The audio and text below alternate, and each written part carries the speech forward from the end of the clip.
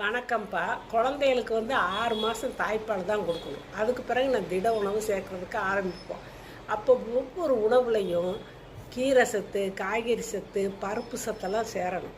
அப்படிங்கும்போது ஆரம்பத்தில் அவங்களுக்கு கீரையாவோ, காய்கறியாவோ, பருப்பாவோ கொடுக்க முடியாது. ஏன்னா அவங்களுக்கு செரிமானம் ஆகாது.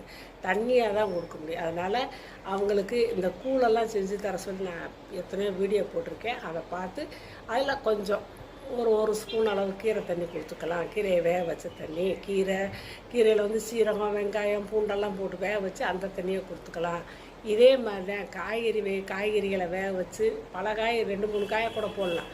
போட்டு அந்த தண்ணியை ஒரு ஸ்பூன் எடுத்து அவங்களுக்கு கொடுக்குற உணவில் கலந்து கொடுக்கலாம். அதே மாதிரி பருப்பு எல்லாமே பெருங்காயம், பூண்டு எல்லாம் போடுறதுல அந்த தண்ணியை கொஞ்சமாக கொடுத்து அவங்களுக்கு அந்த சாப்பாடை கொடுக்கலாம். அந்த தண்ணியாக தான் அவங்களுக்கு ஆரம்பிக்கும் போது தண்ணியாக தான், எப்படி தாய்ப்பால் தண்ணியாக தானே குடிக்கிறாங்க. அதனால் கெட்டியெல்லாம் ஊட்ட முடியாது. தண்ணியாக அப்படி ஸ்பூனில் எடுத்து ஊற்றினா குடிச்சிருவாங்க.